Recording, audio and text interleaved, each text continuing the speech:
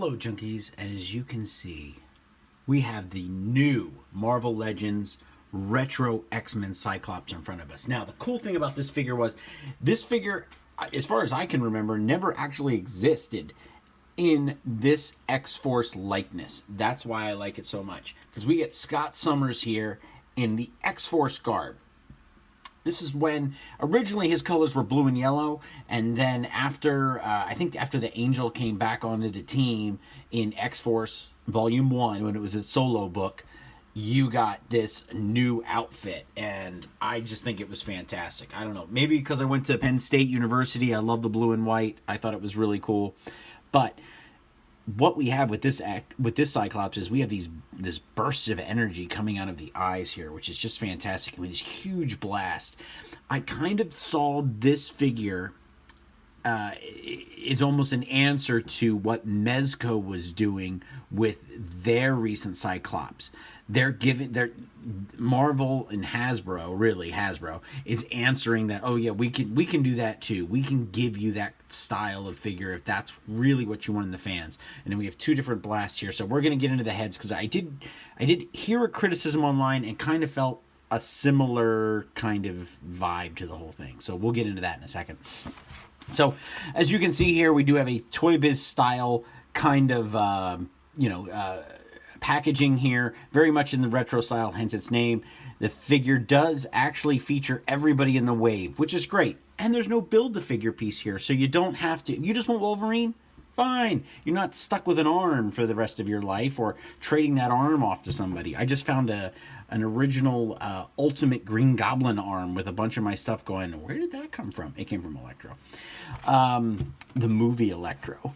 So let's get to it. Let's open them up. So we're going to go right in. Got my knife right here. We're just going to cut away, of course, as the scouts taught me.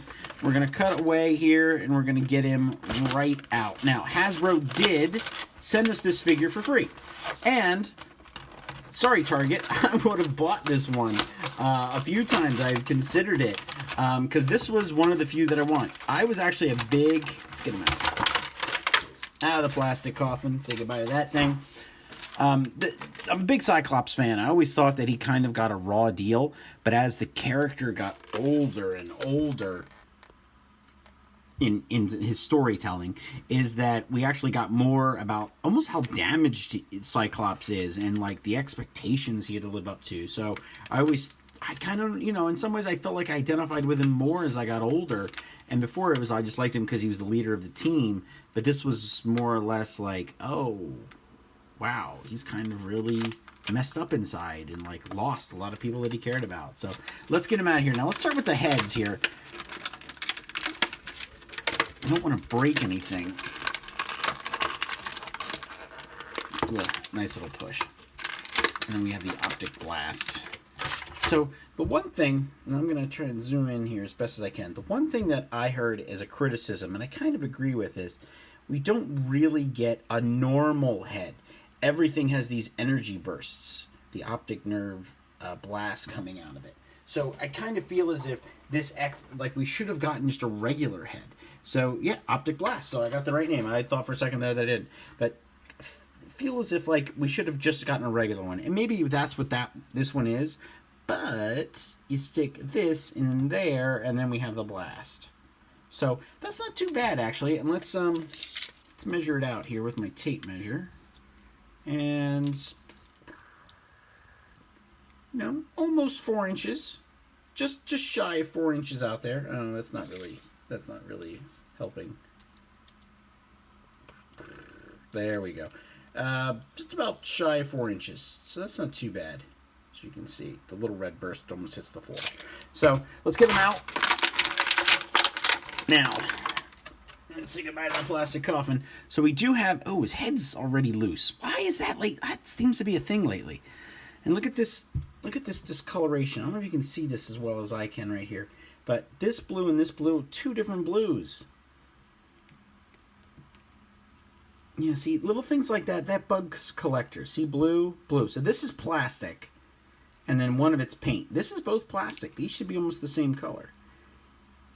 So... Look at the white pegs in here, the white pegs on this side. But when they're on this side, you can see them. That's, you know, I don't know if that's lazy or it's just the nature of the beast. But why isn't it painted on this side? You painted it on this side. So little things like that, bug collectors, especially people that are really into the sculpts. I'm not saying that's my, you know, end all be all if that's ruining the figure for me, but it is something that you do take notice of after a while. So no extra hands here, but most of the retro collection figures usually are minimum on extra details. However, the price is usually is just about the same as a regular Legend. So there's a fantastic instant pose. We'll zoom in here a little bit. That's a fantastic instant pose. So already, you know, back up a few more points here. Do really, really like the way he looks. It's an awesome figure. Let's zoom out here, and we'll put him, put the different head on. So this blast piece here does not come out. So if you wanted him without the mouth or the teeth gritting, as you can see the two heads here, you're kind of forced to have that look. So right off. Now, thankfully, we can take that off.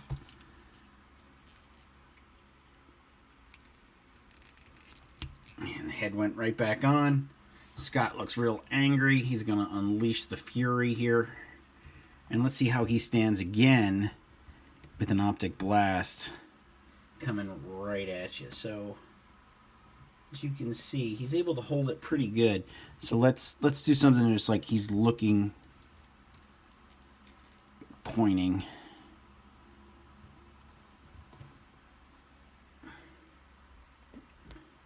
So that gives you a better sense of what you're dealing with here.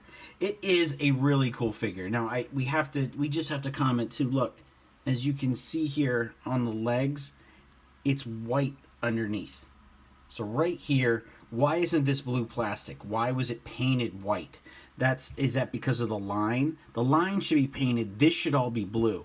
And as you can see on the inside of his leg right here, it's white again. So then we have the white pegs. Paint this, leave this all blue. The legs, this is a whole separate piece. These are all white. So they didn't paint this. Now, if we wanted to get into the reality of a white costume for people who battle mutants, we could, or evil mutants, or just the forces of evil, we could say that Scott's color choices here probably are not the best. That uniform's probably going to be dirty a lot. That's just a little comic book humor there, junkies. However, let's pose him next to his... I always thought Storm was kind of Cyclops' work wife once Jean Grey was no longer in the picture, and maybe kind of like the one person that could probably identify with Scott Summers more than anybody else when it came to leading a team. So we'll put... She's calling down the thunder. I don't know if we can actually get a halfway decent pose out of these two.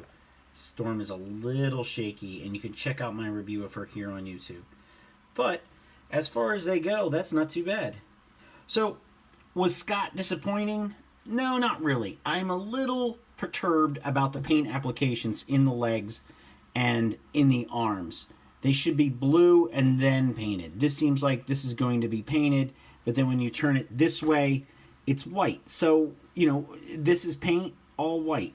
So I would have gone with blue and then done white applications. Blue plastic, white applications. But the optic blast is definitely a selling point here.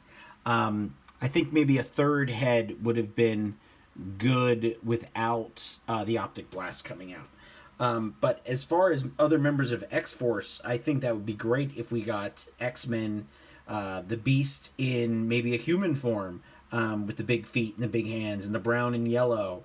And we already kind of have, well, we do. We already have the Archangel in the way he looked there. So I definitely would like to see those figures join this retro line. And here we'll do one last kind of group shot of the three that we've opened so far. We do plan on opening the full wave here, junkies. So we'll get Scott's head out of there. So far, so good. I'd say Silver Samurai is probably my favorite, but outside of the paint applications, Cyclops is a solid figure. Thanks for tuning in, junkies.